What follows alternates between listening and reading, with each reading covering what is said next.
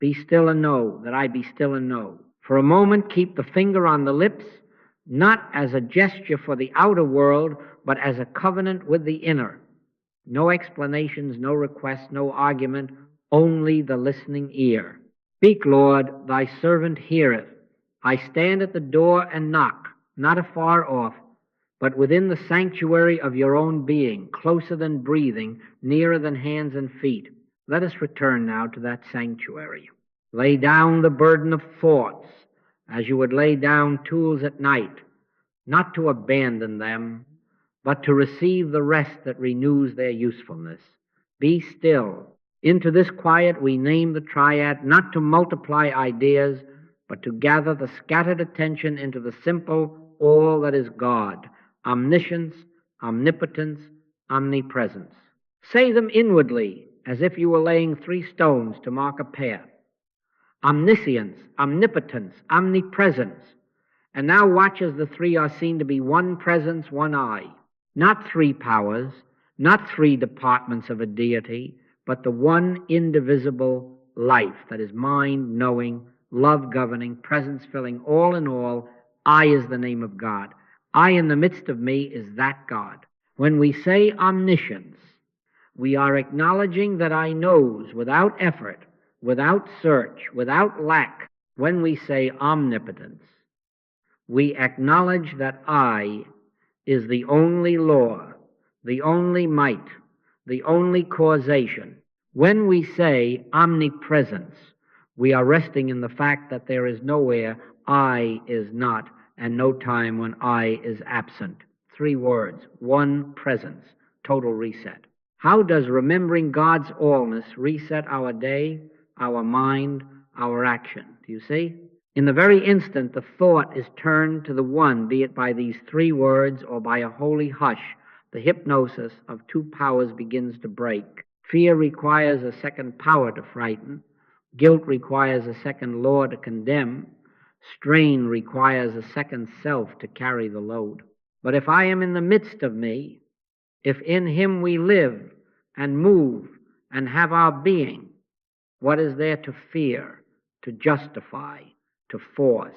In the recognition of omniscience, we are released from frantic counsel seeking.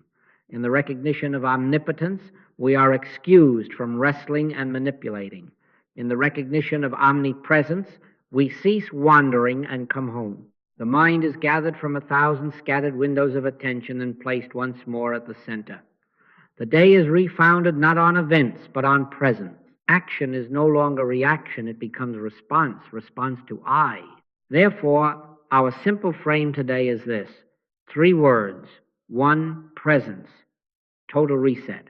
This is not a slogan for the wall. It is an act of commitment performed in the sanctuary of silence, many times in each day. Do not believe that words themselves can save you. Be careful that you do not take the words as if they were God. The power is never in syllables, but in the consciousness from which they rise. Yet, as a mother's call draws a child to the hearth, so these 3 words may draw your awareness to the I that is already standing at the door, already knocking, already within. The Master said, the kingdom of God is within you. He did not ask you to build it by will, but to behold it by surrender. Behold, we shall, before we are through, place into your hands a simple altar, portable as your breath, a 1-2 minute reset, a cadence of remembrance and silence by which you can return again and again to the one. It will not be magic. It will not be manipulation. It will be obedience to the law that prayer, to be prayer, must be silence. Today we ground that method in its law and its fruit so that when you practice, you will not practice words, you will practice God. The altar is not in minutes, but in the I that fills those minutes. As the sea fills a cup lowered into it, dip the cup as often as you will. The ocean is not diminished. Let us, even now, taste this. Close the outer door of hearing and open the inner. Without moving a muscle of argument, consent to presence, omniscience, not my cleverness, but thy knowing. Omnipotence, not my strength, but thy quiet law. Omnipresence, not my arrival, but thy already here-ness. And now let the three melt. One eye, peace, be still. The storm without may roar, the winds may threaten, yet within the little boat of awareness, the master sleeps until you call him by recognition. When you remember I, he rises, and the sea knows its Lord. This is not poetry, it is law. The outer must answer to its source as surely as a shadow must move with its figure. Do not try to move the shadow. Stand in the light and watch how forms take their proper place.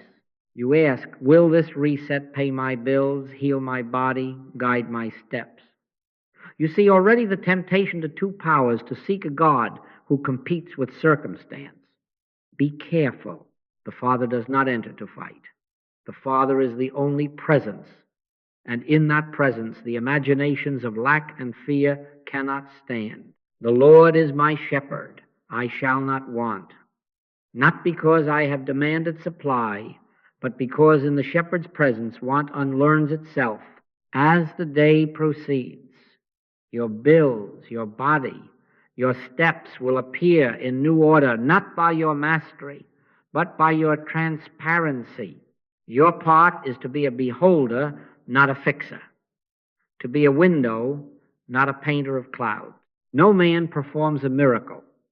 The only miracle we consent to is the miracle of silence, in which the grace that ever is becomes visible as guidance, protection, and timely supply. You will find, as you keep this act many times in each day, that your speech softens, your judgments loosen, your hands open. The I that I am beholds the same I in all who pass, and love becomes obedience, not sentiment. But for now, do not rush ahead. Establish the foundation. 3 words. One presence. Total reset.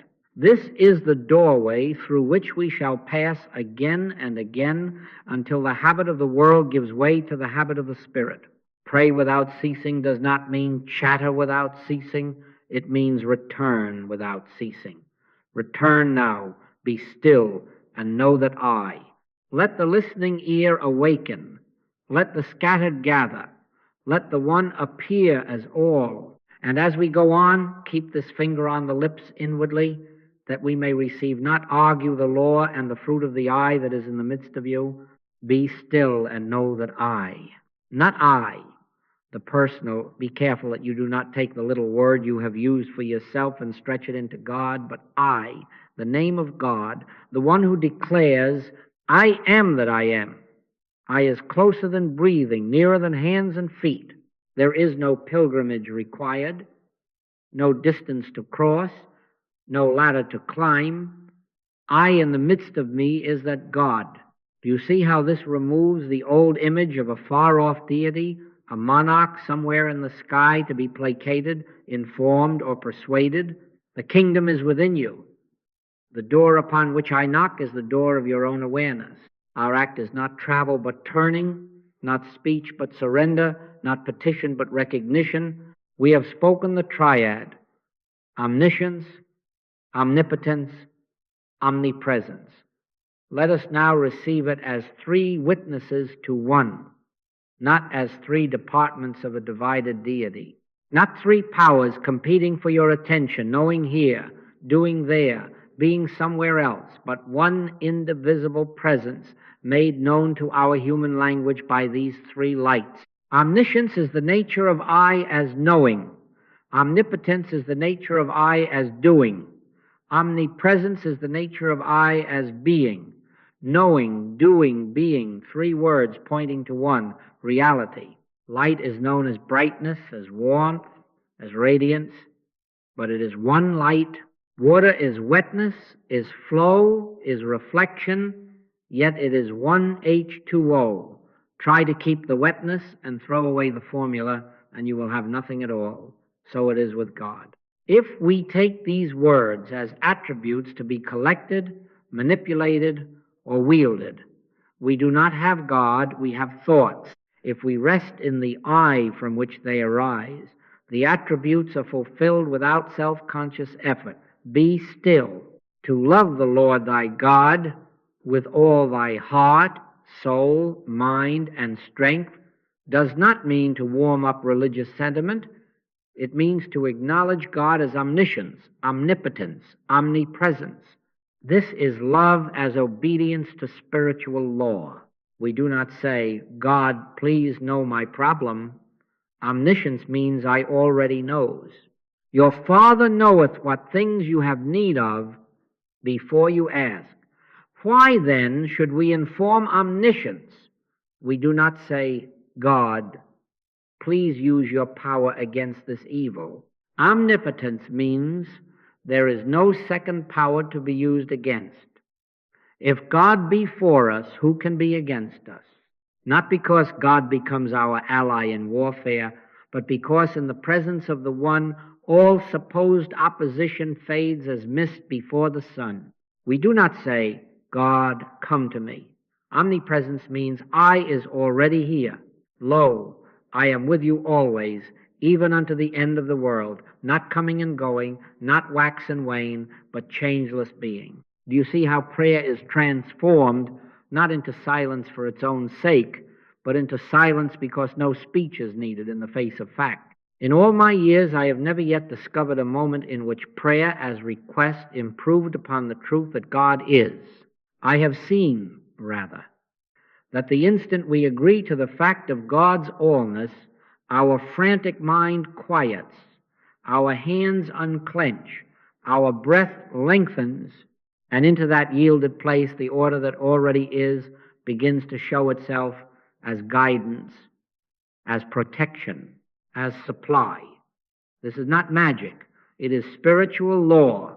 If we accept 2 times 2 is 5 and proceed with our calculations, we will spoil our entire mathematical demonstration, and no amount of pleading with mathematics will repair it. So, too, if we begin with the premise of 2 powers, God and something else, we will spoil our spiritual demonstration and then wonder why our prayers seem to go unanswered. The punishment is not from God. It is entirely due to our ignorance.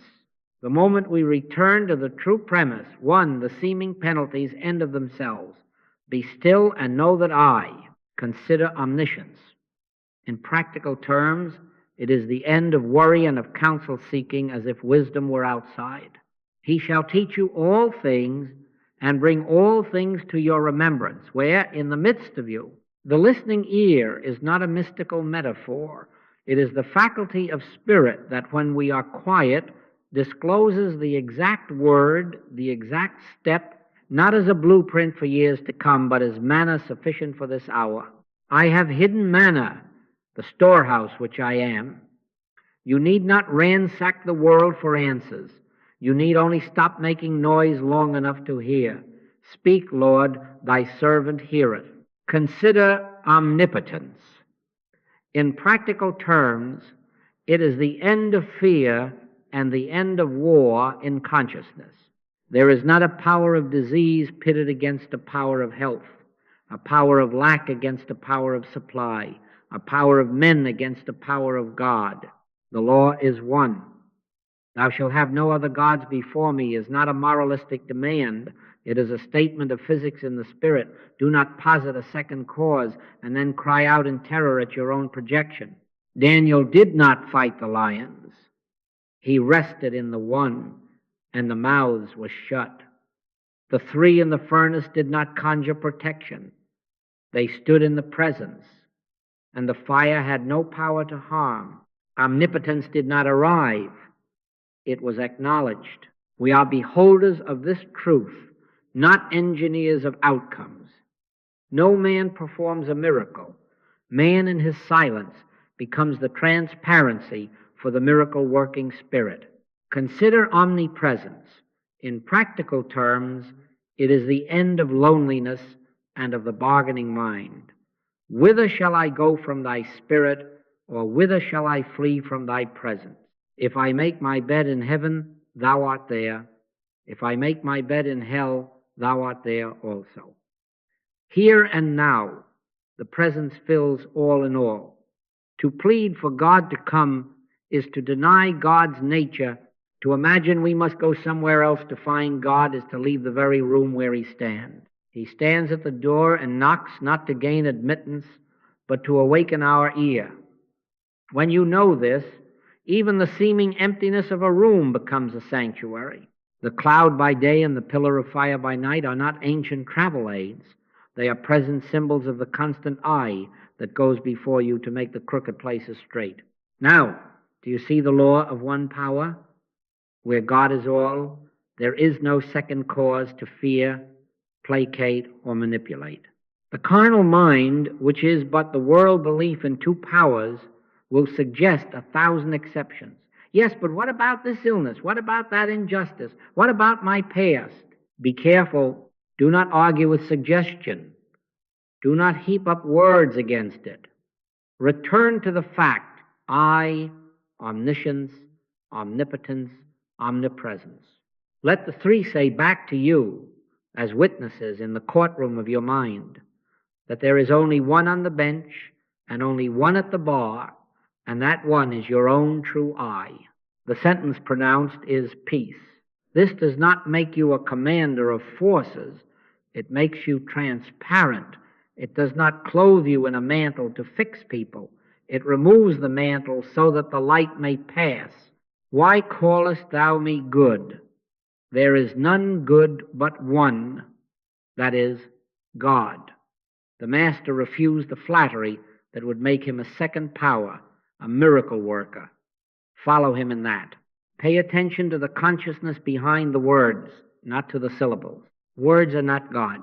Do not get to relying on words, on formulas, on affirmations as if they were charms. The charm, if you insist upon that word, is the silence in which the I, that is God, announces itself as your own being. Be still. Therefore, let prayer, in the very moment when habit would rush to pleading, pivot to acknowledgement. Let the heart say within itself, without sound, I. Let the mind consent, omniscience, omnipotence, omnipresence.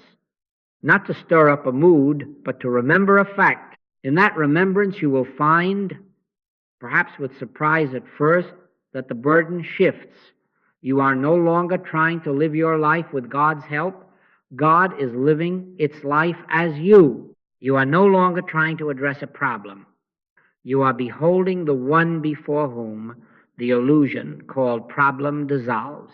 And the proof, not fireworks, not voices, not visions, but a quiet reordering of the day.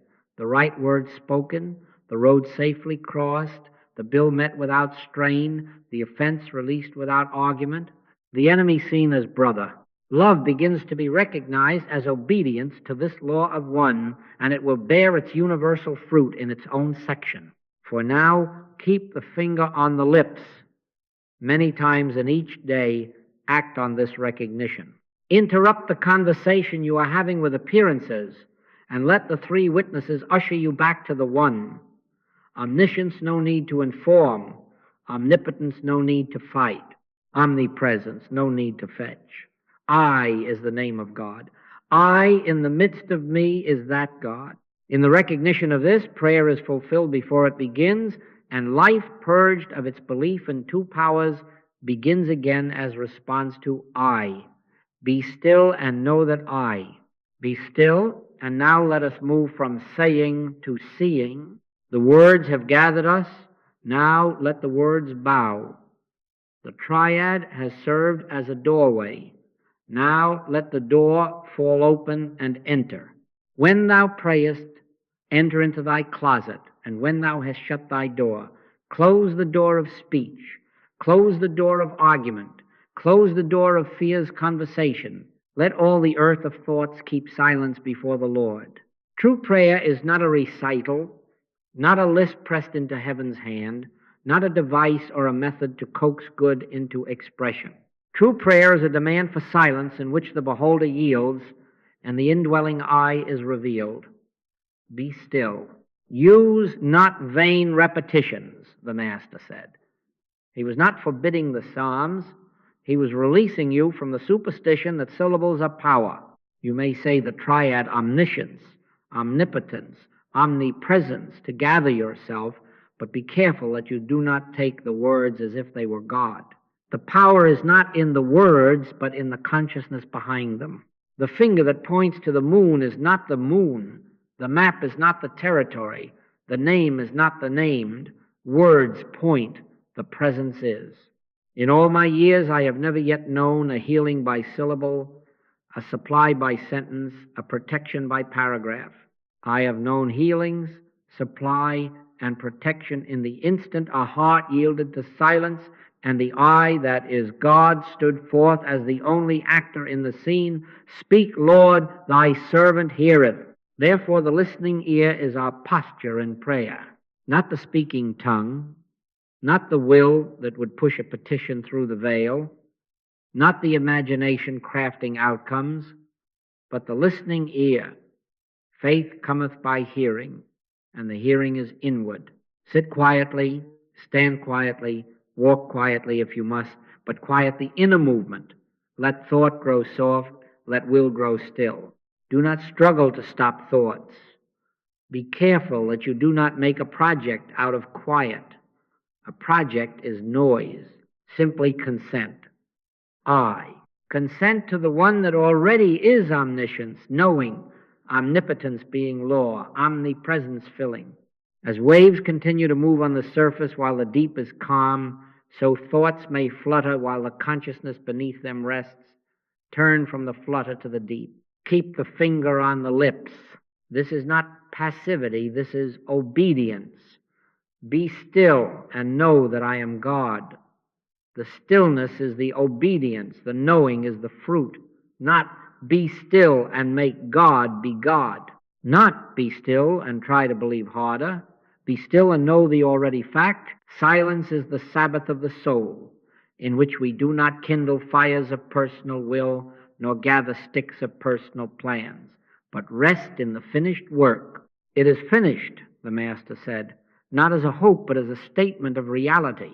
In that finishedness, what appears as healing, as guidance, as supply, is not manufactured by your cleverness, it is uncovered by your beholding. The veil of self-effort is rent. The Holy of Holies, the I in the midst, stands revealed. You will be tempted to carry props into the sanctuary, a favorite phrase, a rhythmic breathing, a mantra from east or west. Be careful. Do not believe in word power or mental devices. If a word helps you turn, use it as you would use a door handle. Do not sit caressing the handle and wonder why you are still in the hall. The moment you are in the room, forget the handle. Let there be less and less of doing and more of being until the less disappears in the more, that is the all. The Lord is in his holy temple. Let all the earth keep silence before him. The temple is your own being. The earth that keeps silence is the chatter of the carnal mind. Do not fight it. Do not feed it. Acknowledge I, and let the rest fall like husks from the grain. From words to beholding. What is beholding? It is the inner seeing that replaces intervention. It is the transparency that replaces trying.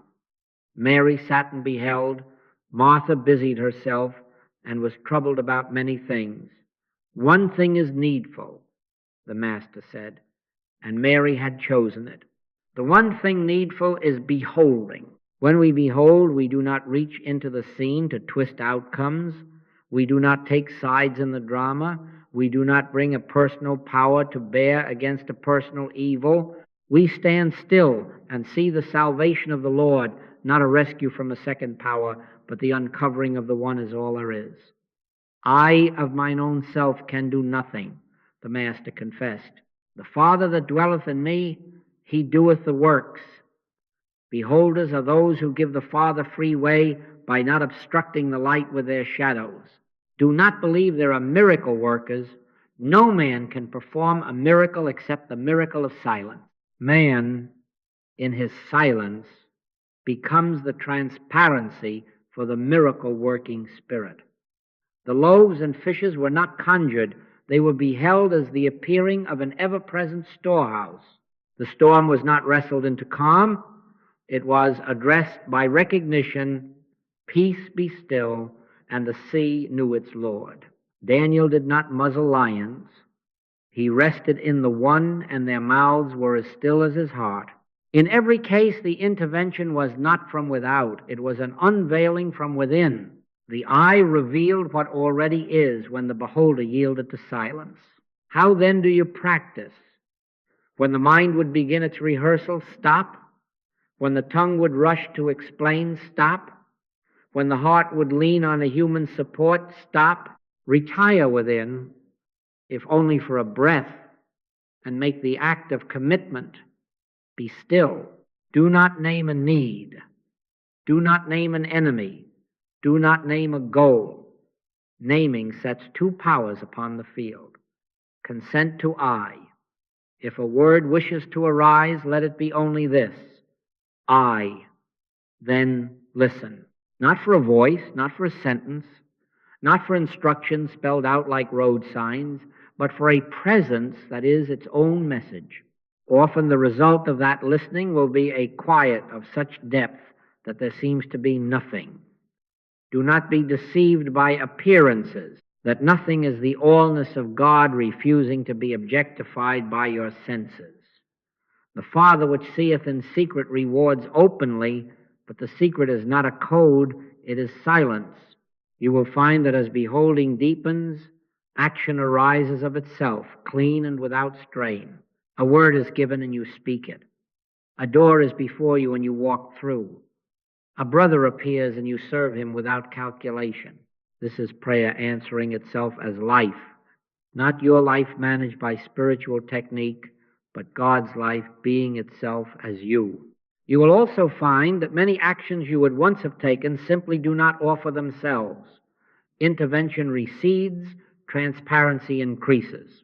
That which you would have fixed becomes that which you witness, and in the witnessing it takes its rightful place, sometimes changing, sometimes disappearing, sometimes standing as it is, but seen in its right context, impotent to disturb the eye. Make this your rule in the hours ahead. Put no confidence in words, even holy words. Put no confidence in devices, even ancient devices. Put your confidence in God, and the only way you can do that is to be silent before God. Speak, Lord, thy servant heareth. Keep the finger on the lips. Let prayer be less and less of speaking and more of listening, until listening gives way to pure beholding. And when you have beheld even for a breath, rise and go about your affairs as one who has been in the temple. You will not need to announce it. The fruit will announce it. Gentler speech, fewer fears, simpler steps. This is prayer as praxis. This is the law obeyed: be still and know that I am God. Let us place then a simple altar in the midst of our day, not as a rite to be admired and forgotten, but as a covenant to be kept many times in each day. An act of commitment is required, not a vow in the air, but obedience in the hour. Pray without ceasing is not chatter without ceasing. It is reset without ceasing. This 12-minute reset is not a charm, not a spiritual gadget. It is a way of consenting to what already is. The minutes do not make God appear. They give the human mind a scaffolding on which to climb down from itself into silence. Be still and know that I, 12 minutes, 3-7-2. 3 minutes to gather and consent. 7 to rest in absolute quiet. 2 to seal and go forth. Think of it as a cadence that ushers consciousness into the Holy of Holies and then sends us out as beholders. Do not believe that there is power in a clock. Be careful that you do not make of timing a law. The law is God. The rhythm simply serves the heart as a bell at the monastery serves the monks, calling them to the silence, which is their true work. Provide yourself with a gentle bell, not a clangor, but a kindness that will begin and end the period without startling the body. Sit upright. Let the spine be as a staff planted in still ground. Rest the hands open, soften the eyes. or close them if that makes it easier to turn within. Do not slump as if retiring from the day. Sit as one entering the temple. First, the 3-minute cadence. You will not rush these moments. You will not throw syllables like stones into a well. You will speak them slowly, quietly, sometimes aloud, sometimes within, until their edges round off and they are more like a tone than a text. Omniscience, omnipotence, omnipresence. Let the words stretch out as if each were a long inhalation and their endings a soft exhalation. Omniscience, not my cleverness, but thy knowing. Omnipotence, not my strength, but thy quiet law. Omnipresence, not my arriving, but thy already here-ness. Then be still and know that not I the person, but I the holy name. I am that I am. Then let the ancient fact come to the foreground. I in the midst of me is God, not somewhere else, here, closer than breathing, nearer than hands and feet. After a few breaths with these, the tongue grows still of itself. Before it does, let it speak once more the posture of prayer. Speak, Lord, thy servant heareth. Keep the finger on the lips, whether literally or inwardly, as a sign that you have no news for God, no case to plead, no theater to stage. Do not get to relying on the words as if they were engines. They are a door handle only. Once you have turned it, let the door swing open. In all my years, I have never yet seen syllables heal. I have seen the consent behind syllables uncover the wholeness that was there from the beginning. 3 minutes are ample to gather the attention and place it upon the one. If you feel a hurry in you, recognize it as the old taskmaster of two powers. Answer it with the quiet that says, I. Now, 7 minutes of absolute quiet. This is the heart of the covenant. When thou prayest, enter into thy closet, and when thou hast shut thy door, shut the door on petition, shut the door on imagination, shut the door on the projects of the mind. Let all the earth keep silence before the Lord. In these 7 minutes, you do not inform omniscience. You do not conscript omnipotence. You do not fetch omnipresence. You simply rest in I. Let the attention dwell softly, as if you were looking without eyes toward a center within. If a thought arises, do not entangle yourself with it. Do not strike it down. Do not follow it. Let it pass like a cloud on a great bright sky. The sky is I, closer than breathing. If an image appears, be careful. Do not take it as if it were God. Do not take it as a sign.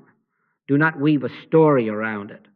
The only acceptable prayer here is silence, a demand for silence, a yieldedness that says, I of mine own self can do nothing.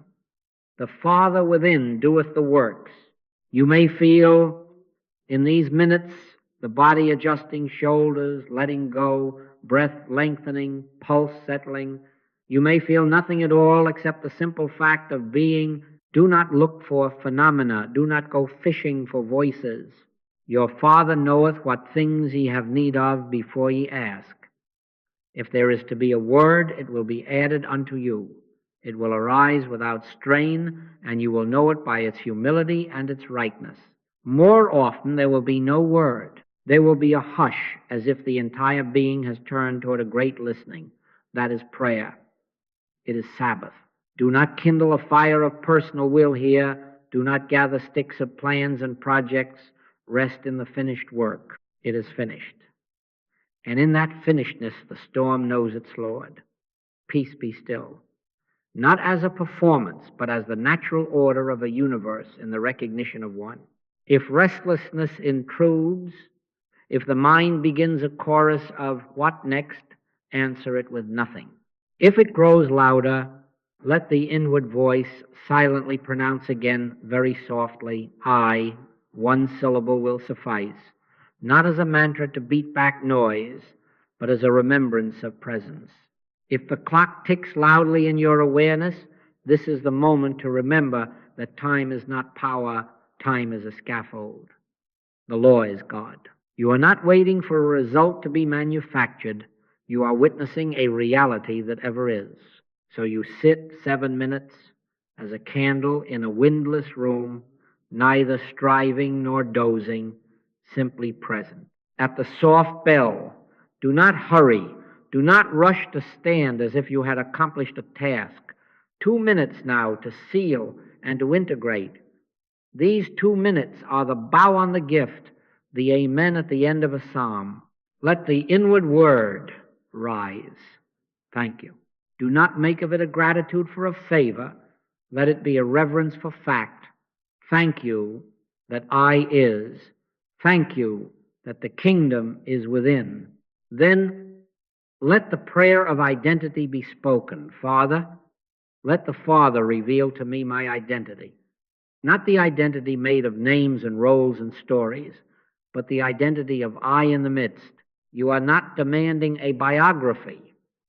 You are consenting to be shown what is already true. Then say, with all sincerity and without flourish, I make no claims for myself. Take from yourself the imagined mantle of miracle worker, fixer, engineer of lives. Make no claims.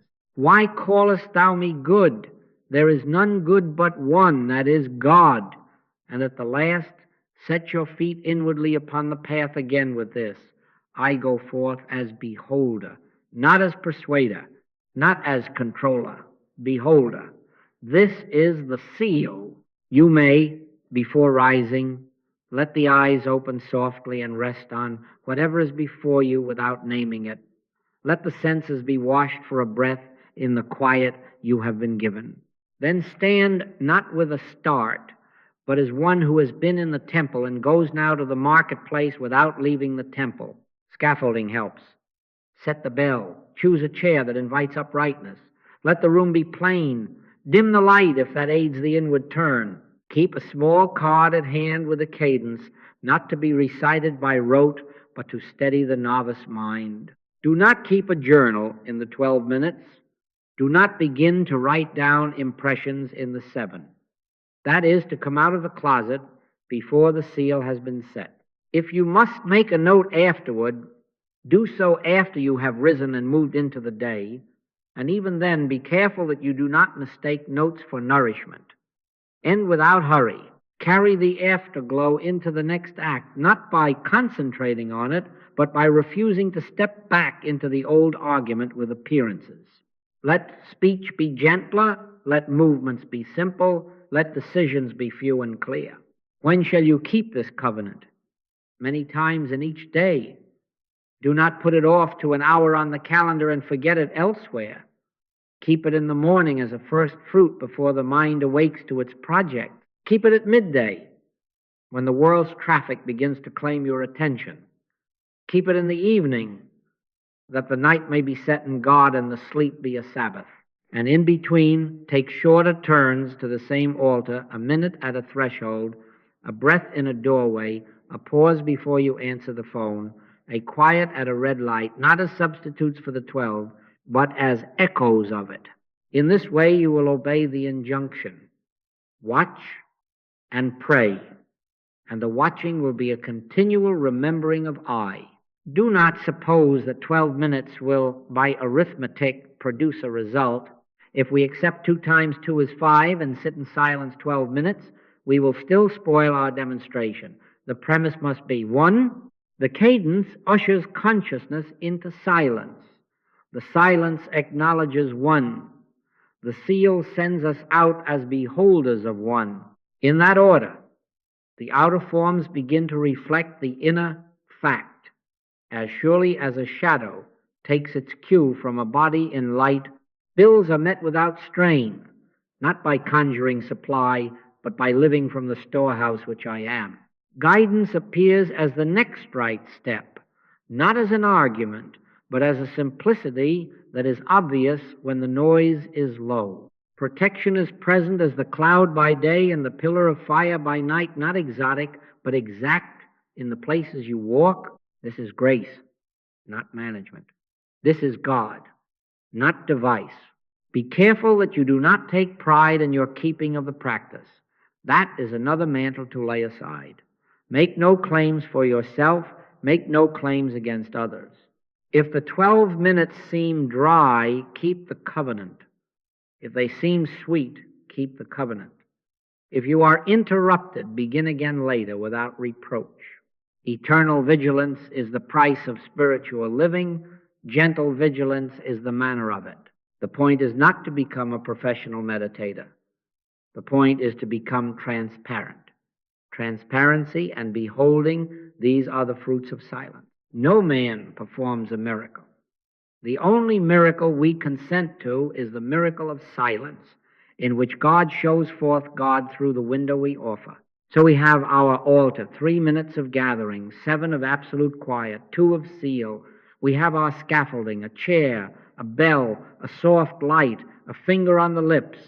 We have our seal. Thank you. Let the Father reveal to me my identity. I make no claims for myself. I go forth as beholder. Keep this act many times in each day, and the habit of the world will give way to the habit of the Spirit. The one will become the air you breathe and the ground you walk upon. And when you meet your brother at the counter, on the road, in your own house, you will carry within you a quiet that needs no announcement. The Father which seeth in secret rewards openly, not with spectacle, but with a life lived from the eye.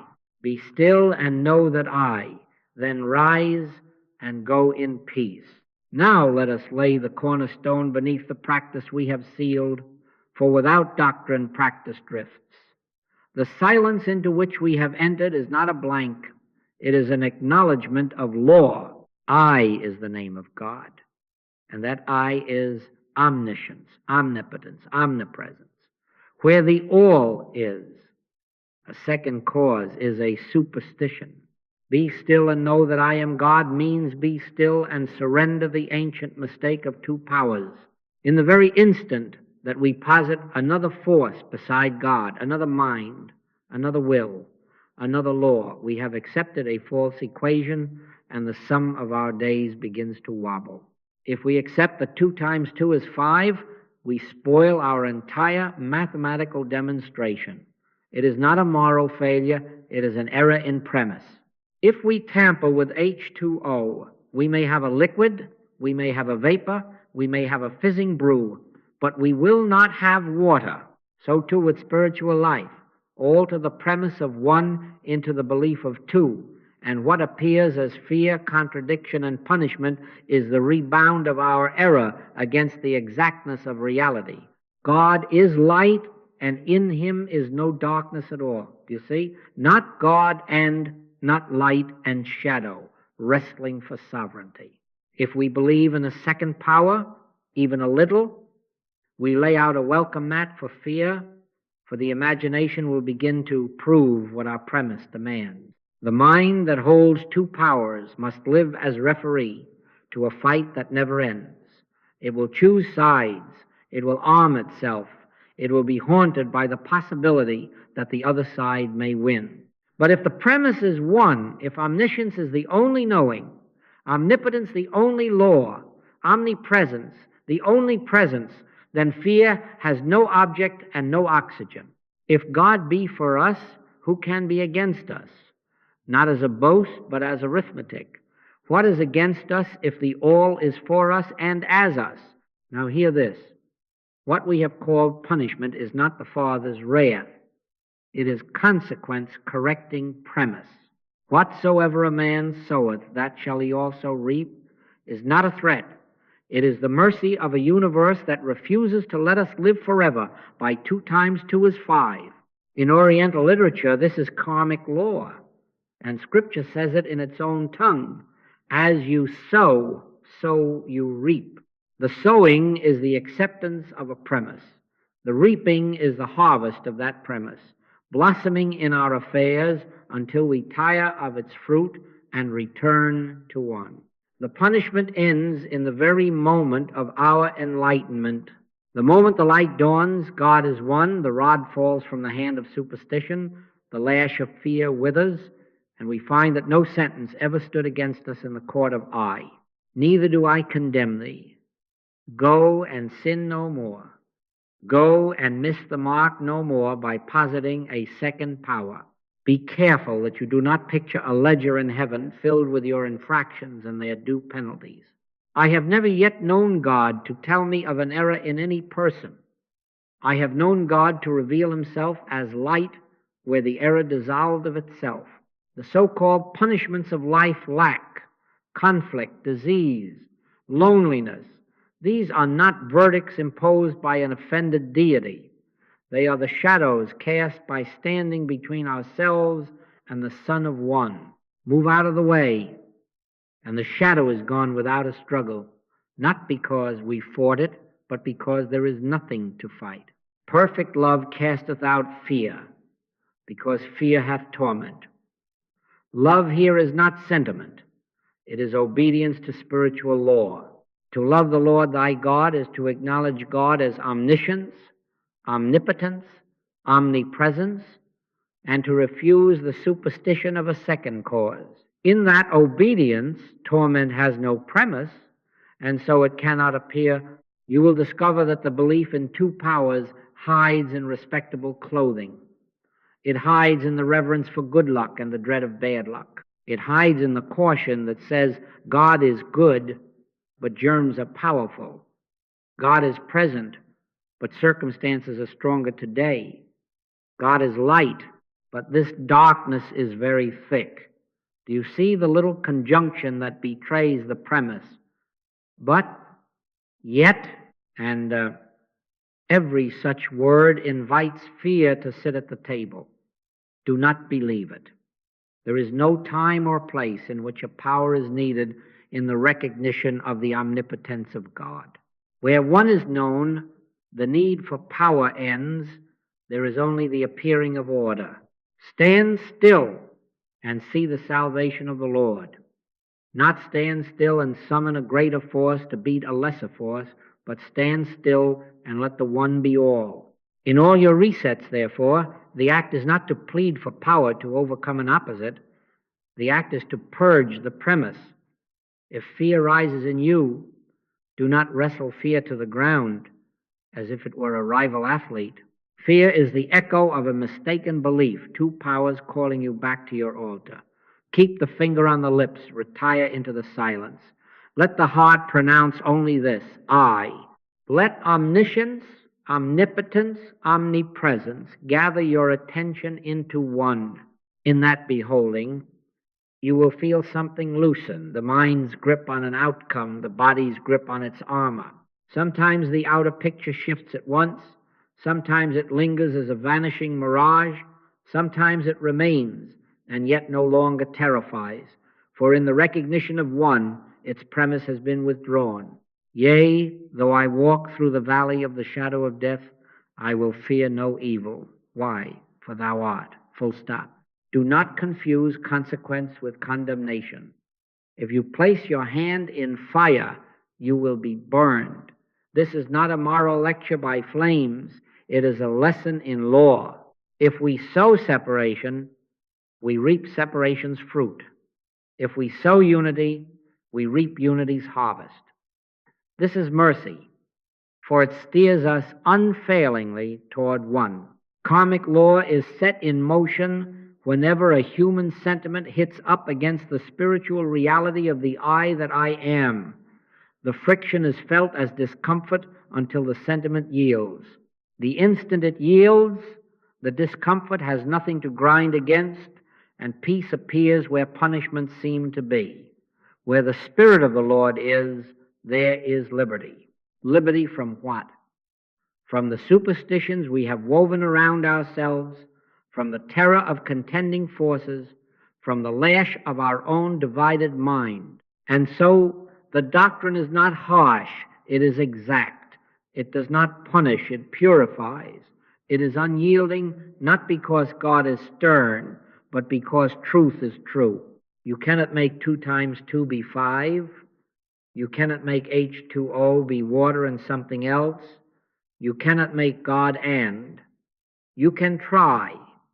The universe will let you try until you weary of fear's torment. Then, in a breath, in a silence, in a yielding that is less an effort than a ceasing, the I that I am will stand forth as the only presence, the only power, the only mind. And you will know, not as a doctrine in a book, but as a life in your bones, that the law of one power is salvation. Be still and know that I then rise from the altar without the old dread, without the old sentence hanging over you, and go forth as beholder. For where one has lived, fear and punishment have no premise, and therefore no appearance. Having seen that there is one and not two, we must now take our hands off the levers and enter into our proper office. Do not believe there are miracle workers. Be careful that you do not look to a man or a woman as if they had acquired a private pipeline to power. Be careful that you do not imagine yourself such a one. Make no claims for yourself. The Master would not accept the title good. Why callest thou me good? There is none good but one, that is, God.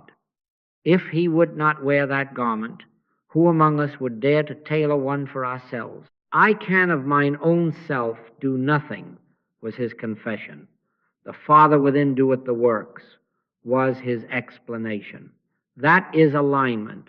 That is transparency. That is beholding.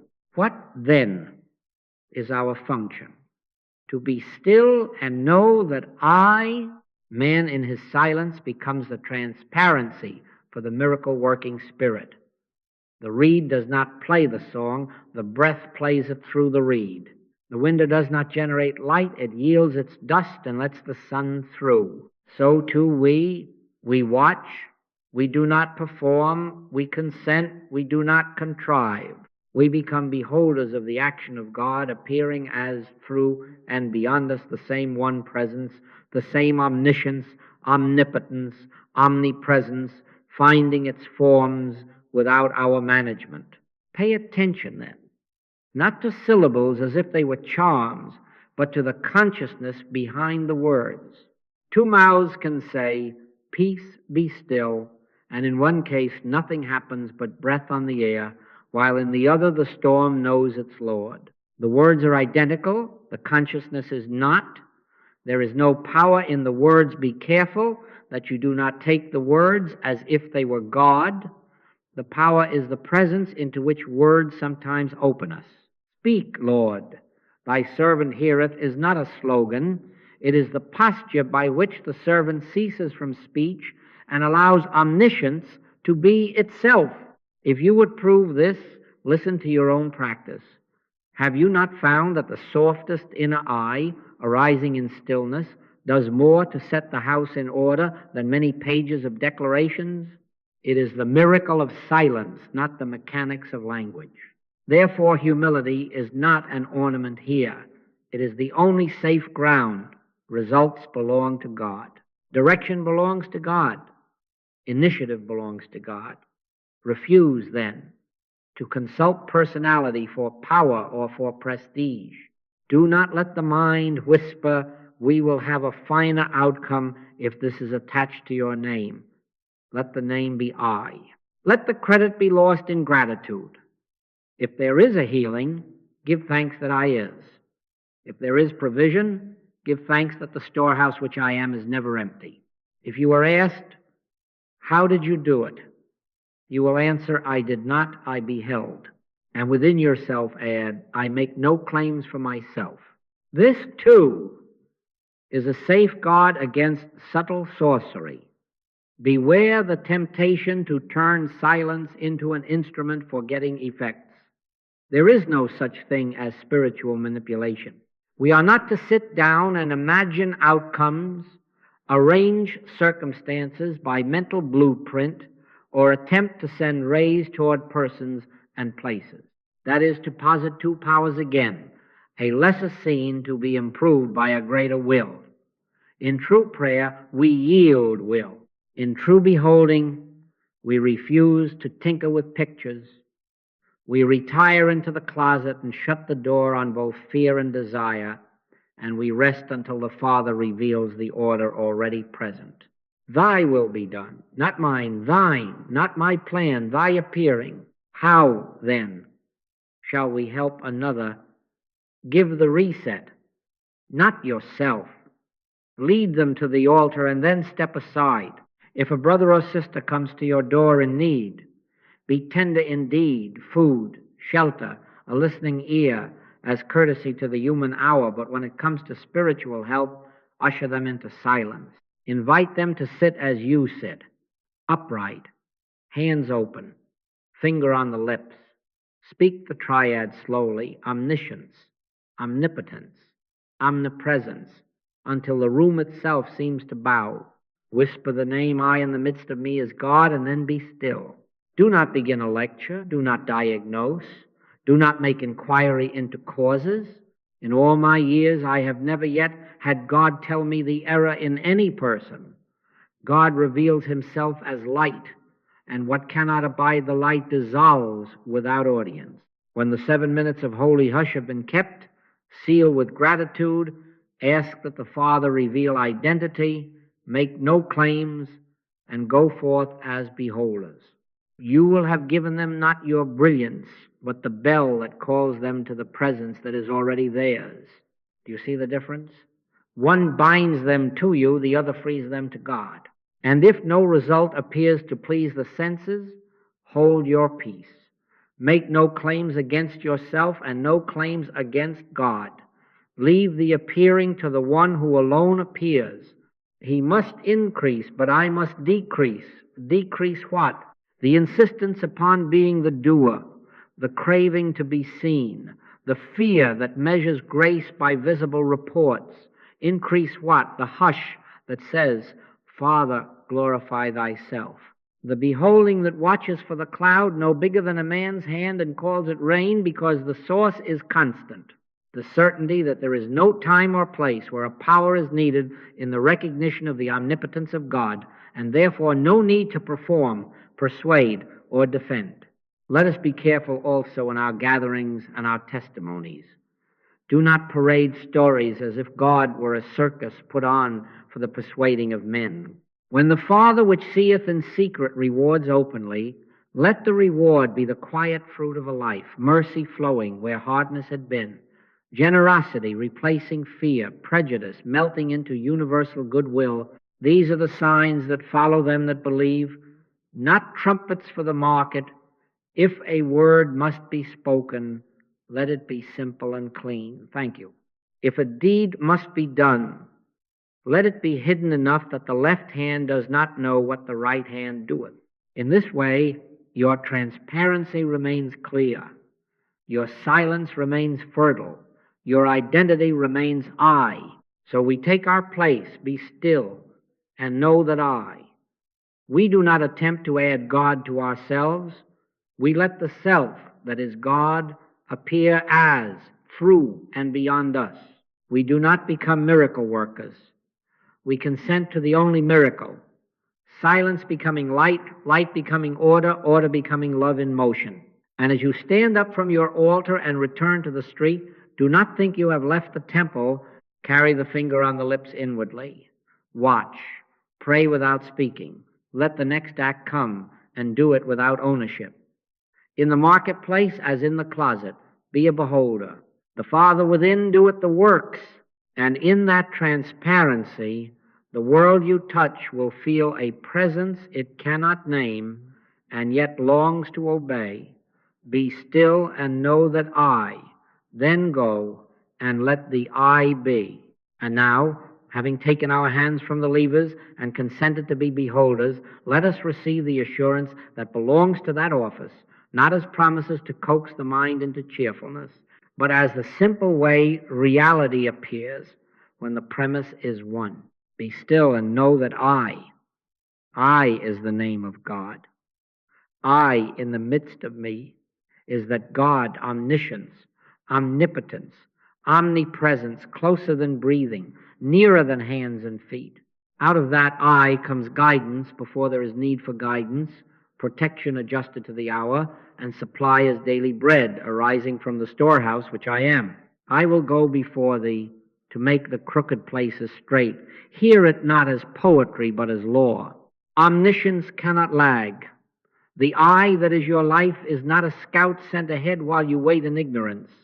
It is the mind that is your mind, already perceiving the way, even as the foot has not yet lifted.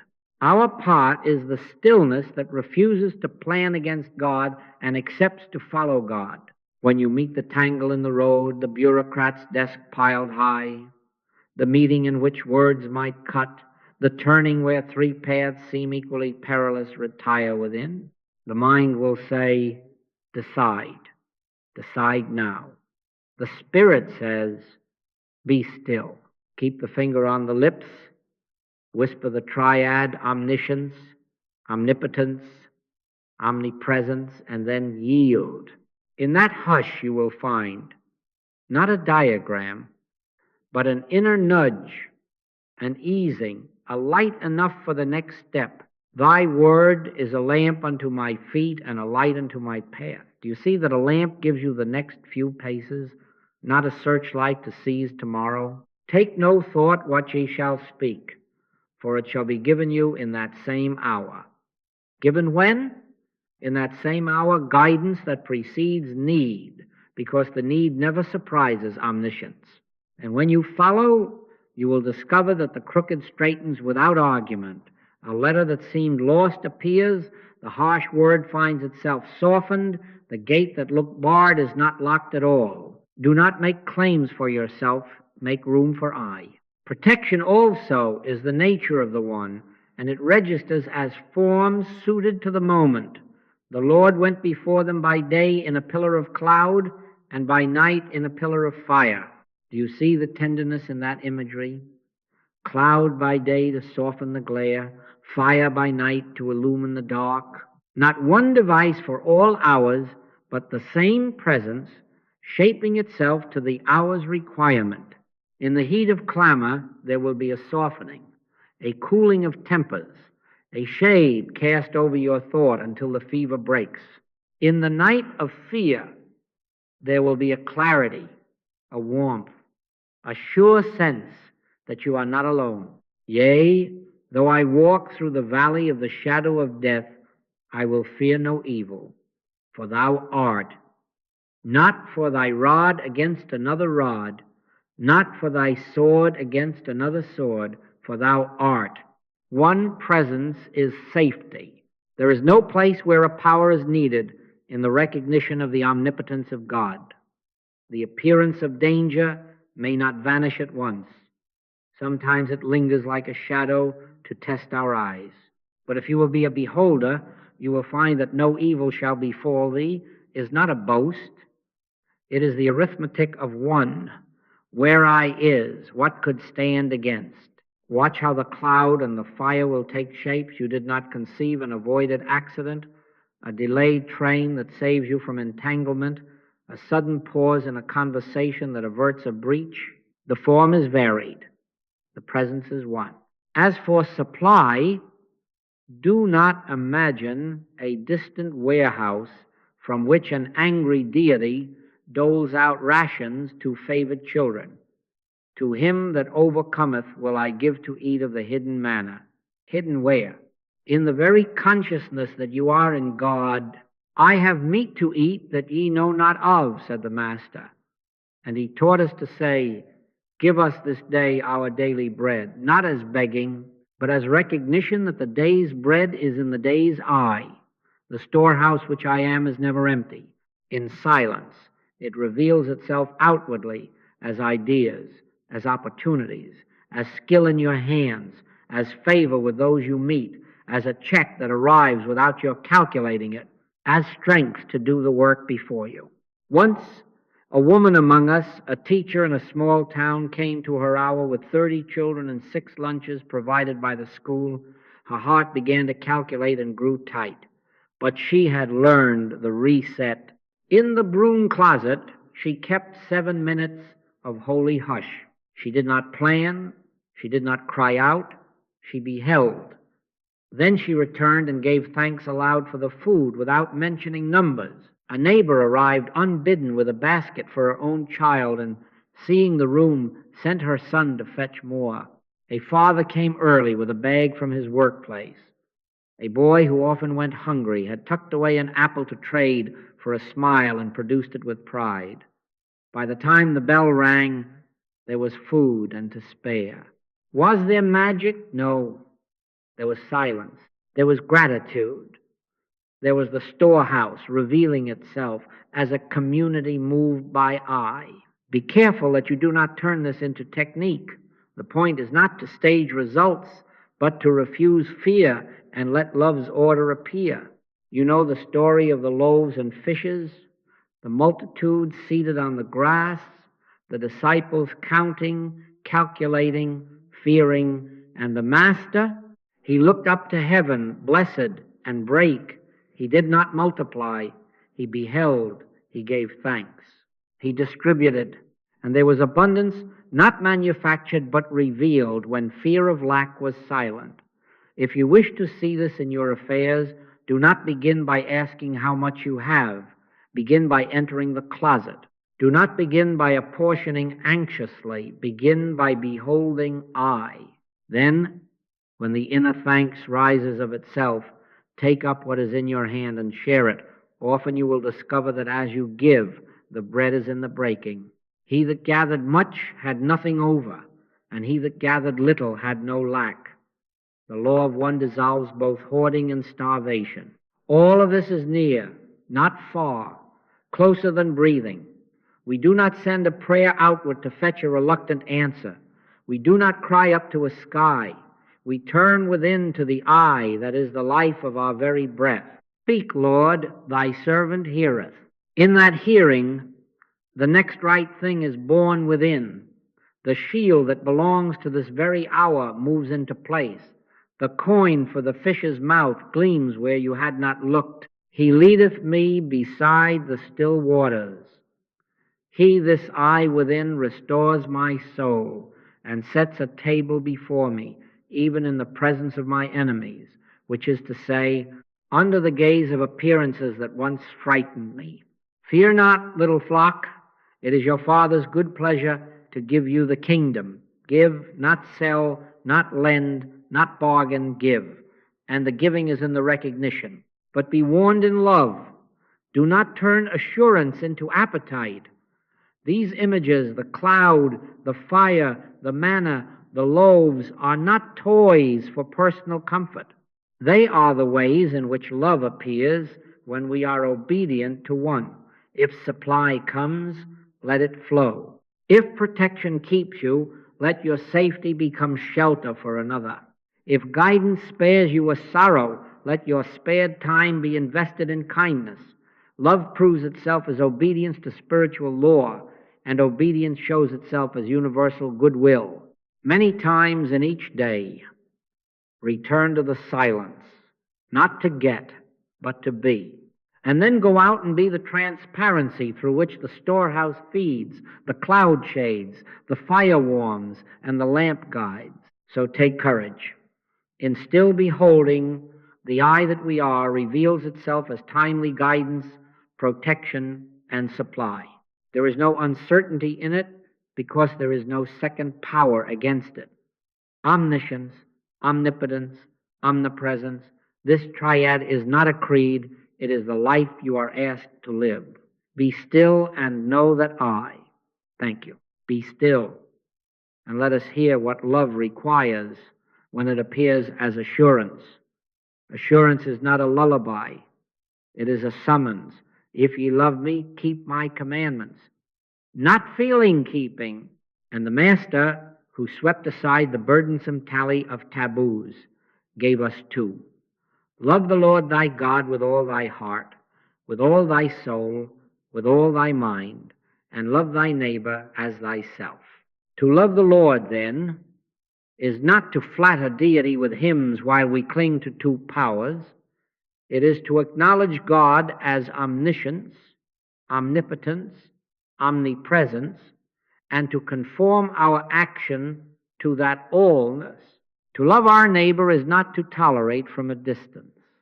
It is to break down the fences, national, racial, religious, and color prejudices, until we live and move as one household of God. Begin within. To love God is an act of obedience to spiritual law. It is to be still and know that to yield the personal insistence that would manage life, and to stand in the recognition that the I in the midst of me is God's sufficient mind, sufficient power, all-pervading presence.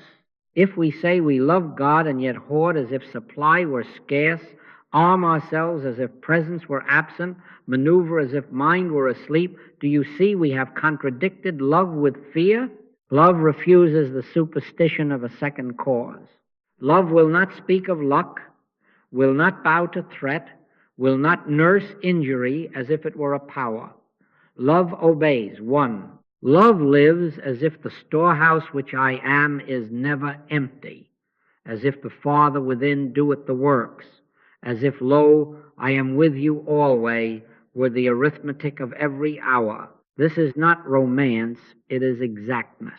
In the recognition of one, love is the habit of aligning thought, word, and deed with that one until there is no gap for fear to enter.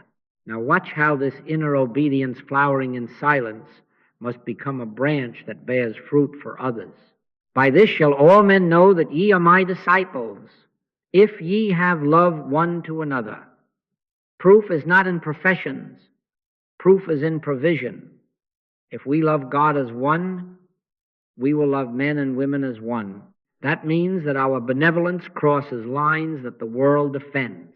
We will provide food for other nations, even for those named enemy by newspapers.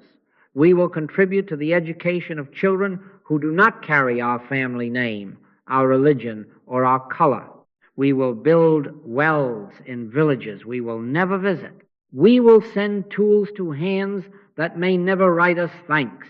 We will do it not as heroes or rescuers, but as transparency, as the quiet footprint of the I walking through our day.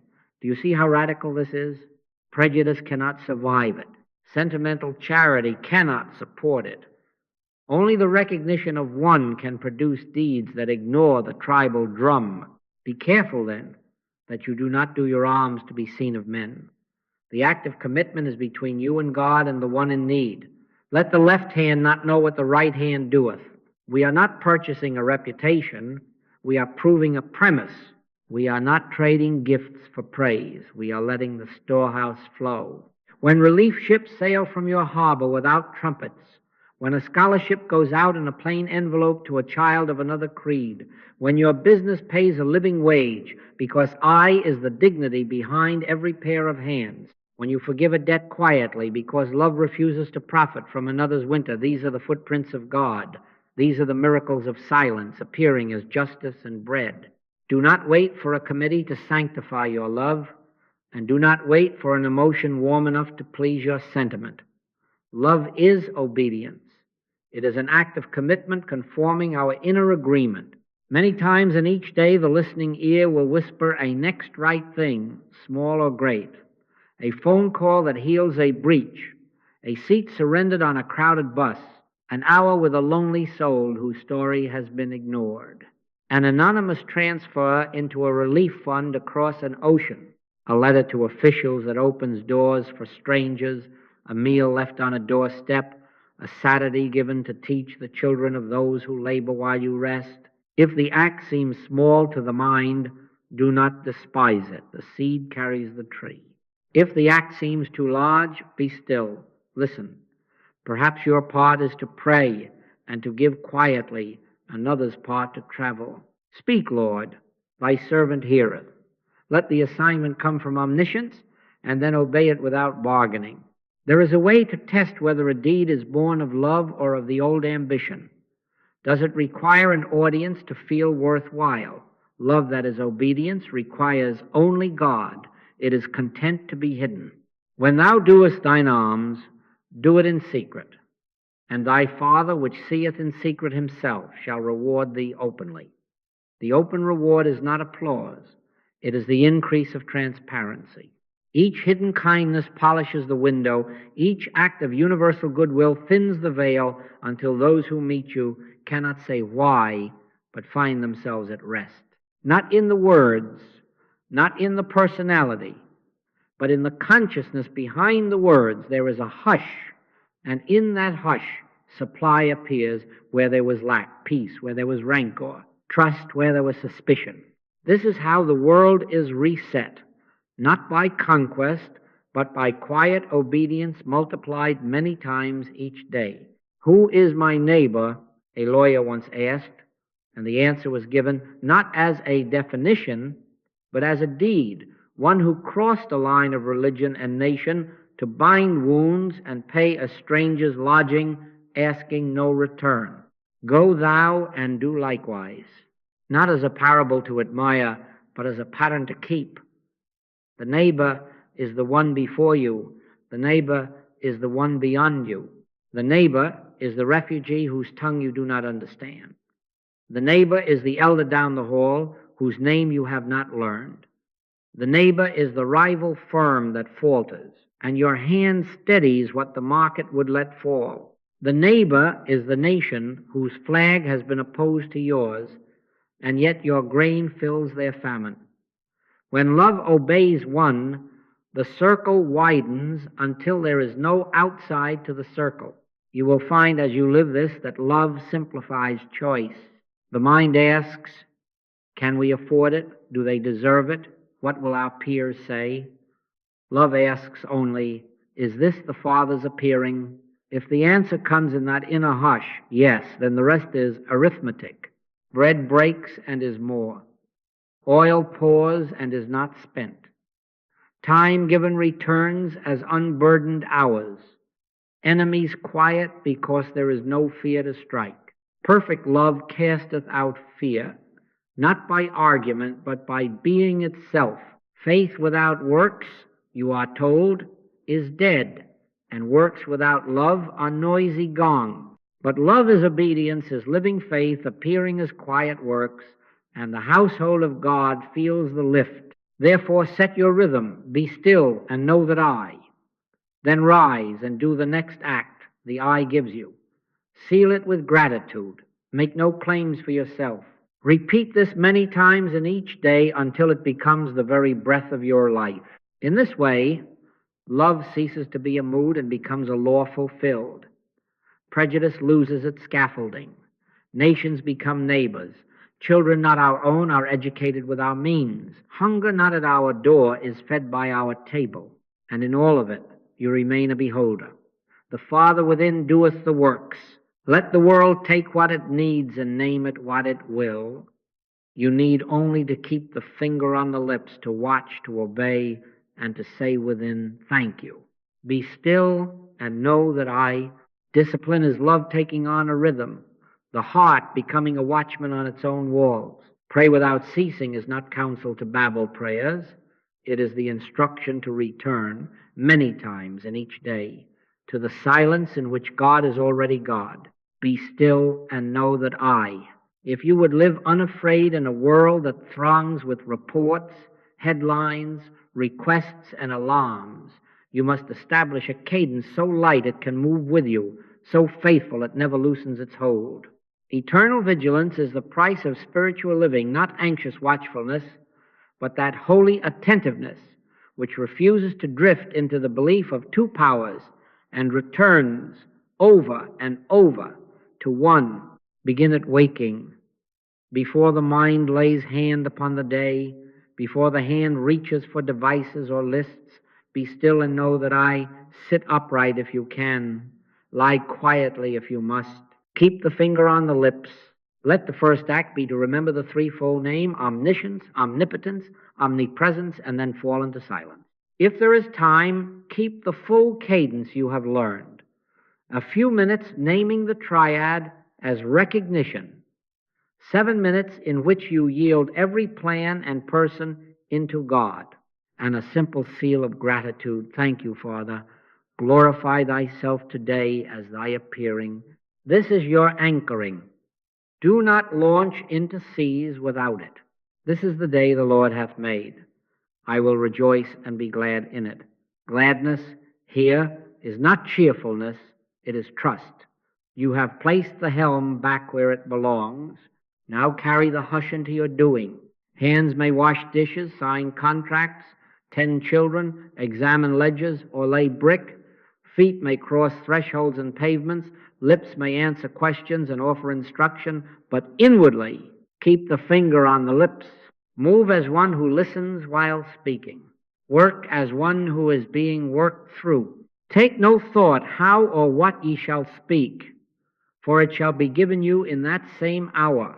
What is given is not spectacle. It is right word, right silence, right touch, suited to the hour, the cloud by day, the fire by night, the lamp unto your feet. Make no claims for yourself. Simply be the transparency and watch across the morning, and as often as the hour suggests. Keep micro pauses, 60-second returns. Stop. One breath, be still. Name the triad softly within omniscience, omnipotence, omnipresence, and then nothing. A brief hush, a mouth closed, a heart open, then step on. Do not count these pauses as if accumulating merit. Receive them as you receive breaths. Light, frequent, faithful. At the doorway, before you enter a room, pause. At the red light, pause. When the phone rings, pause. Let the listening ear answer first. Before you send the letter or the message, pause. Ask within, is this the hour? Are these the words? Keep the finger on the lips, and you will discover that a great portion of our mischief arrives in the unpaused moment. Guard against drift. The signs will speak to you kindly if you will listen. A tightening in the chest, a heat rising at the brow, a hurry in the hands, a dryness in the mouth, a rehearsing of clever replies. These are the heralds of two powers seeking entrance. Stop. Do not proceed on the momentum of anxiety, anger, or haste. He that believeth shall not make haste. Step out of the stream for 1 minute and reset. Be still and know that I, omniscience, omnipotence, omnipresence, yield the outcome, refuse the argument, bid the tongue be quiet until the hush returns. Set a watch, O Lord, before my mouth. Keep the door of my lips. It is better to be silent for 60 seconds and answer from I than to speak all day from fear and spend the night in apology. In all my years, I have never found wisdom in the rush. Wisdom arrives in the stillness and rarely later than the need. At midday, take a deeper recentering if it is given to you. Slip to a quiet corner, a stairwell, a park bench, a closed door. Sit in the parked car and lean back. Descend into the closet of your heart where no outer eye can see. Keep 7 minutes of holy hush. You may begin with the name Omniscience, Omnipotence, Omnipresence, and then enter the silence where there is no petition, only yielding. Whisper, speak, Lord, thy servant heareth. Let the burdens of the morning dissolve into one. Let the faces and files and tasks be seen as the one presence unfolding. Your mind will attempt to tote up results, to decide what is left to do, to argue with an outcome. Be kind to it and bring it back to stillness. When you rise, you will find that the afternoon is lighter, not because it is emptier, but because you are more transparent to I. Across the afternoon, repeat the micro pauses. When success tempts you to preen, pause. When failure knocks and names you fool, pause. When an unexpected bill arrives, pause. When praise is offered, receive without ownership. When criticism comes, receive without injury. In both cases, reset to I and answer from there or not at all. Let your yea be yea and your nay, nay. For whatsoever is more than these cometh of evil, which is to say, cometh of the strain to decorate truth or defend ego. Simple speech grows from inner silence. As evening draws on, surrender the day. Before sleep, return for one more full reset if you can. Sit or lie down and gather the hours into God. Do not inventory as a bookkeeper. Confess only one. Name the triad: omniscience, omnipotence, omnipresence. Give thanks for the seen and the unseen. Release any residue of grievance or pride, and seal: Father, into thy hands I commend my spirit, my work, my loved ones, my adversaries, my very sleep. I will lay me down in peace and sleep, for thou only, Lord, makest me dwell in safety. Then sleep as a child who knows the parent within never slumbers nor sleeps. The reset is not broken by the night, it keeps watch. I sleep, but my heart waketh. This vigilance is not grim, it is gentle and exact. It does not frown at lapses, it returns. If you discover you have gone an hour or a day in the old way, do not scold, reset. 70 times 7, reset. If you have spoken sharply, reset before you justify. Perhaps you will go back and put a cool hand on the place you heated. If you have fretted over news or numbers, reset. The news is not God, the numbers are not God. Be still and know that I. In time, you will not need to wrestle thoughts. You will simply notice, drift, and return light, frequent, faithful as a sailor trims a sail when the wind shifts. No strain, only attention. You may, if it serves you, set small bells in your day, not as law, but as courtesy to your intention. Let thresholds be bells. Each time you cross a doorway, reset. Let meals be bells.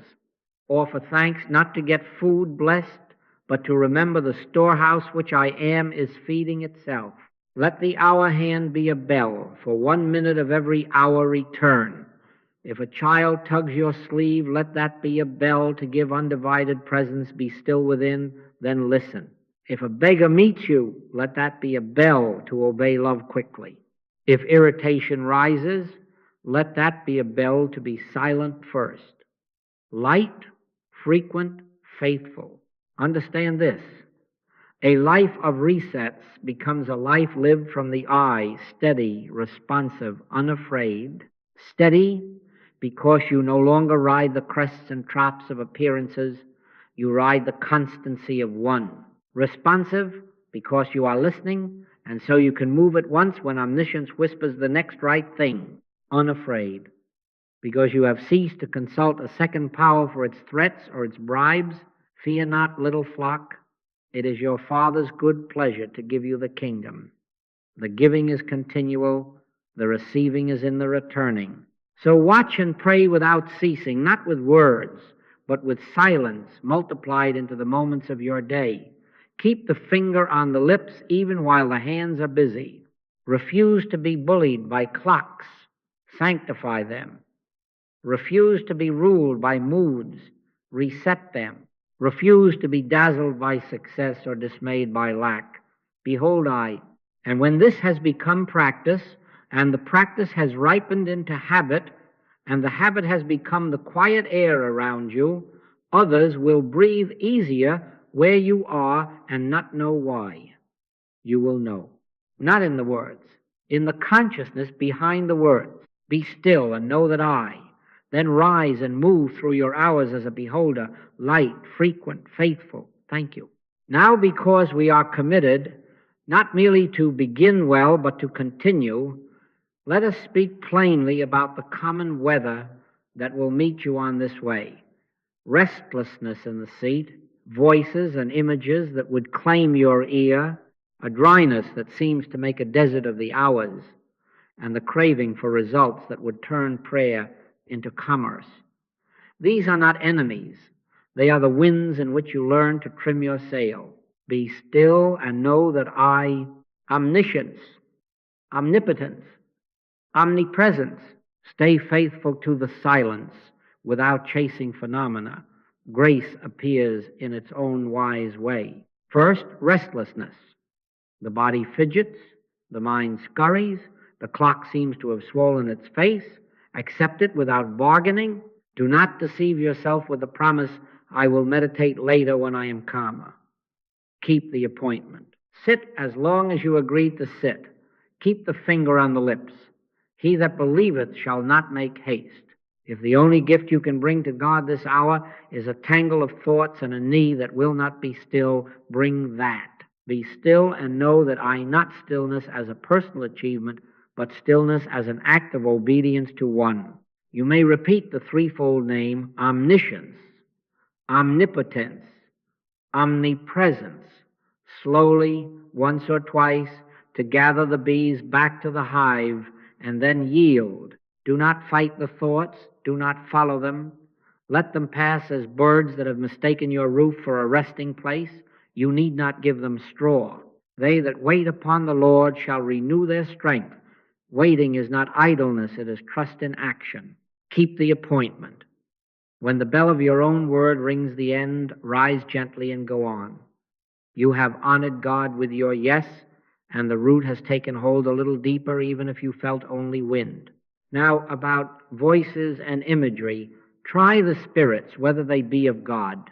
If a voice within flatters you with titles, if it bargains for your allegiance with promises of power, if it frightens you with threats or urgent commands to hurry, return at once to the triad and to silence.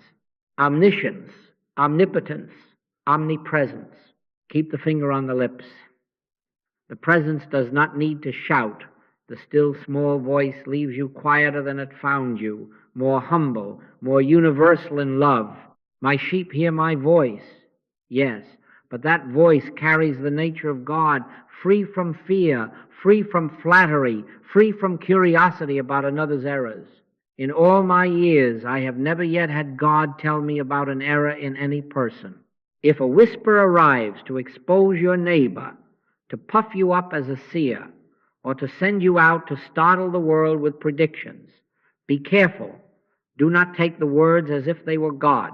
Drop back into silence at once and let the claim blow past like a gust against a sturdy door. Do not turn meditation into a seance. No man can perform a miracle except the miracle of silence. Man in his silence becomes the transparency for the miracle-working Spirit. Any voice that invites you to become a miracle worker is trading on your old ambition. Say within, speak, Lord, thy servant heareth, and refuse all traffic that does not increase love.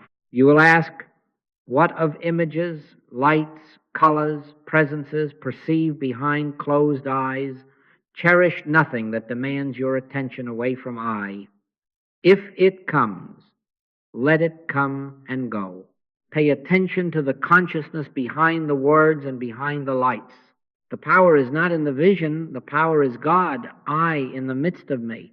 If the image leaves you gentler, more obedient, more ready to serve universally, it may have been a breeze through an open window. Do not frame it and bow. If it leaves you excitable, superior, or afraid, shut the window and return to silence. And dryness, yes, there will be hours, perhaps days, when the practice seems barren, as if you sit before a closed door. Do not judge the hour. The seed works beneath the soil where no eye can watch. The orchard in winter is not dead. Sap withdraws to strengthen the root. Let patience have her perfect work.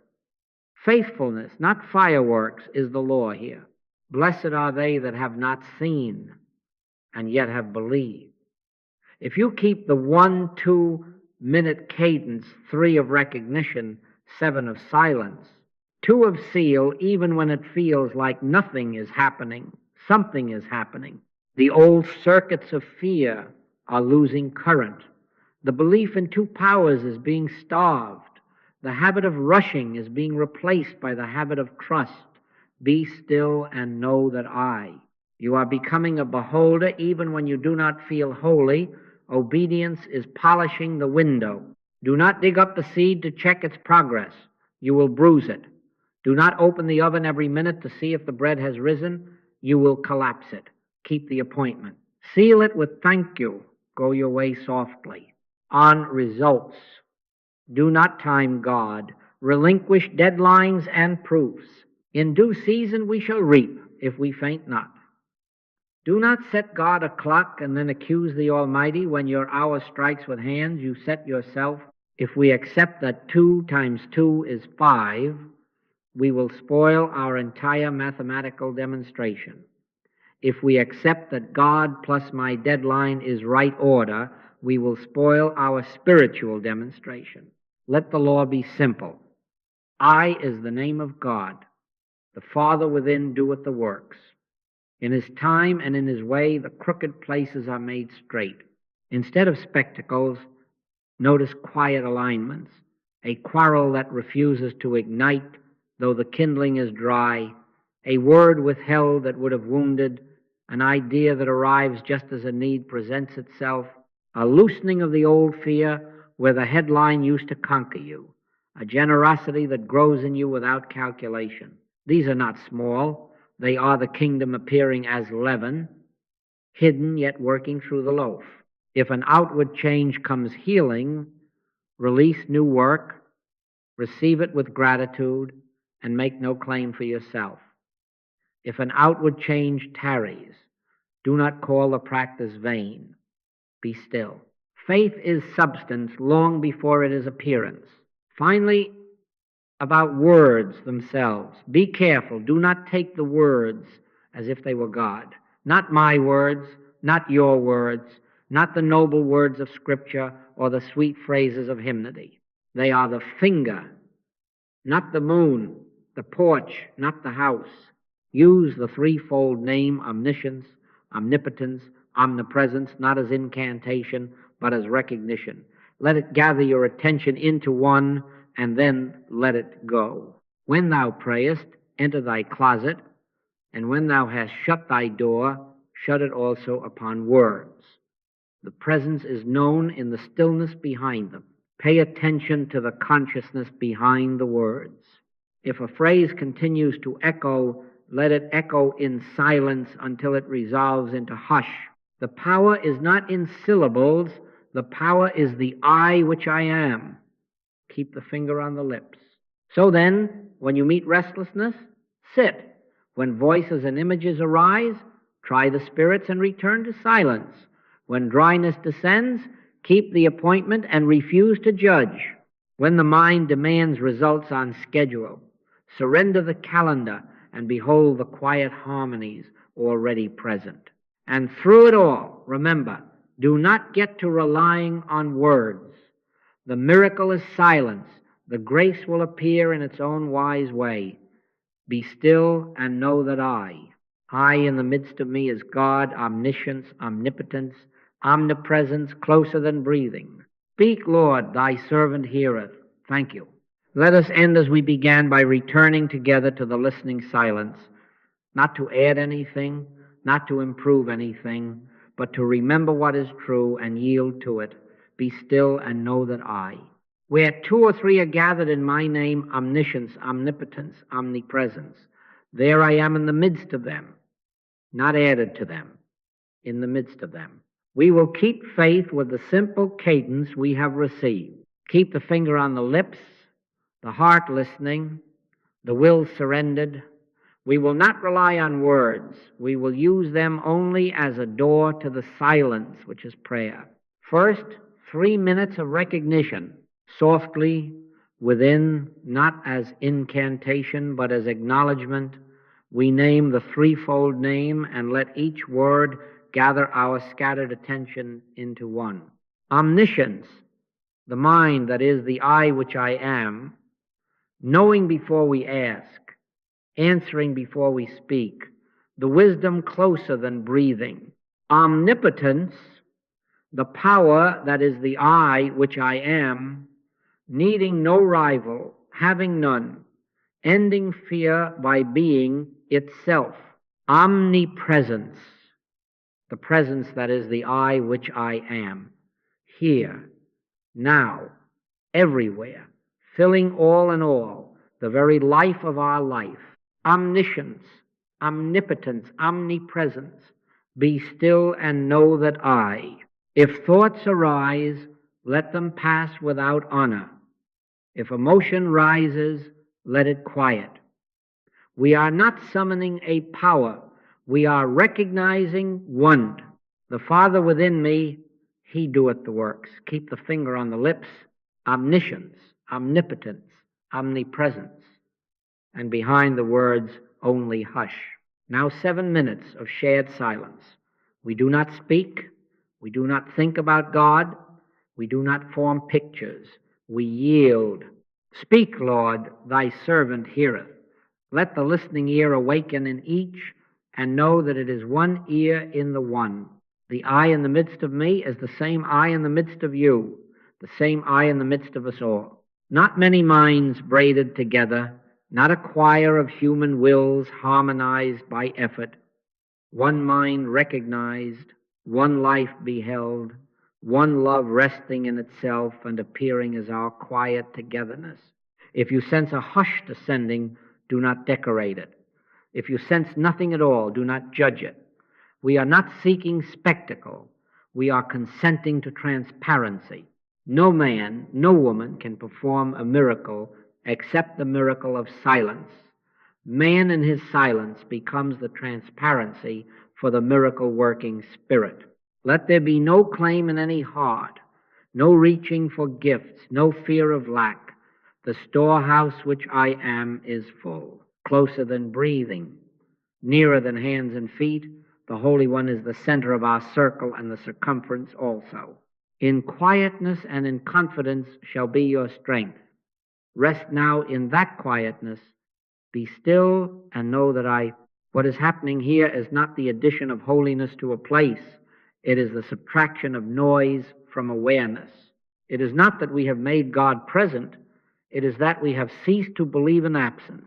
If, as we sit, a name rises within you, a friend, an adversary, a nation in trouble, do not begin to work on them with thoughts. Simply include them in the beholding without judgment, without project, only as the appearing of the One. Let the Father reveal Himself as them, for them, through them, in His way and in His time. Thy kingdom come, thy will be done. Keep the finger on the lips. The hush is prayer. And now 2 minutes to seal from the silence which we have not left because there is no outside to God. Let us let the simplest words rise, not to make power, but to confess it. Thank you. Not thank you for this or that, though blessings abound. Thank you for being, for the certainty that, lo, I am with you always. Thank you. I make no claims for myself, not my holiness, not my wisdom, not my strength. Why callest thou me good? There is none good but one. The Father within doeth the works. I go forth as a beholder and a servant of all, not to be seen of men, but to be transparent, to let love prove itself as obedience, breaking down national, racial, religious, and color prejudices, feeding where hunger is, educating where ignorance binds, forgiving where accounts have hardened, speaking truth without ornament, keeping silence when truth is better kept in the heart. Thank you. Seal this in us. Amen. Which is to say, so be it in God. And now, beloved, the commission. Carry the reset into the very next conversation. Let the first 5 seconds be silence before any word crosses your lips. Be still and know that I, then answer from there or do not answer at all. Carry it into the next decision. Refuse the push of fear and the pull of flattery. Ask within, is this the Father's appearing? If the whisper is yes, proceed without haste. If no, decline without drama. If wait, carry it into the next act of generosity. Let your left hand not know what your right hand doeth. Give quietly. Give universally. Give as if the storehouse were infinite, because it is. If the need before you seems small, do not despise it. If it seems beyond you, do not be overwhelmed. Be the transparency for the portion assigned to you, and let the rest be assigned to another transparency. In this way, the one feeds the many, and the many are found to be one. Make no doctrine of your hours. Keep watch. When irritation rises, reset. When delight swells, reset. When news alarms, reset. When praise tempts, reset. Light, frequent, faithful.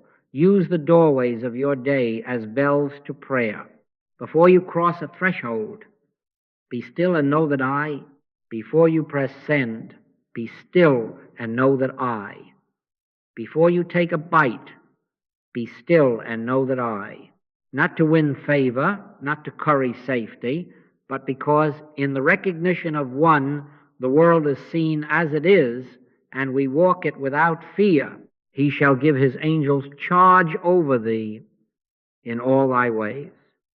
Let your speech be simple, yea, yea, nay, nay, because simplicity is the fruit of silence.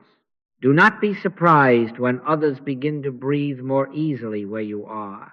Do not be quick to explain it, and do not take credit for it. The open reward of secret prayer is transparency, and transparency does not have a name to promote. Pay attention, not to words, but to the consciousness behind the words. If someone asks of your hope, answer gently. If no one asks, keep the finger on the lips and keep serving. The kingdom does not come with observation. Lo, it is within you, and it has never been absent. We are not going somewhere. We are consenting to see. This vigilance must be tender and exact. Watch, pray, keep silent within. Let the Father reveal to you your identity again and again. What I do thou knowest not now, but thou shalt know hereafter. Refuse to time God. Refuse to measure grace. Refuse to enlist omnipotence in your project. Rather, surrender projects to omniscience and watch as the crooked places are made straight on schedule, not yours, but his.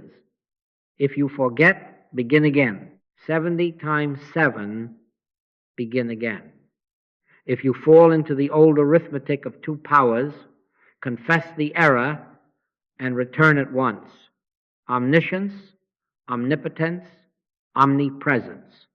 Be still and know that I, in the very moment of remembrance, fear loses its case, punishment ends in the light of understanding, and love resumes its quiet work. We have come to the end of our speaking, but not to the end of silence.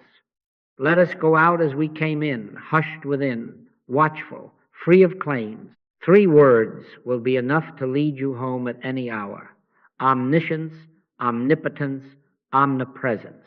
1 presence will be enough to carry you through any valley. I. And the total reset of a world weary with many powers will begin, as it always has begun, with beholders who refuse to be anything but windows for the light. Peace I leave with you. My peace I give unto you. Not as the world giveth, give I unto you. Be still and know that I thank you.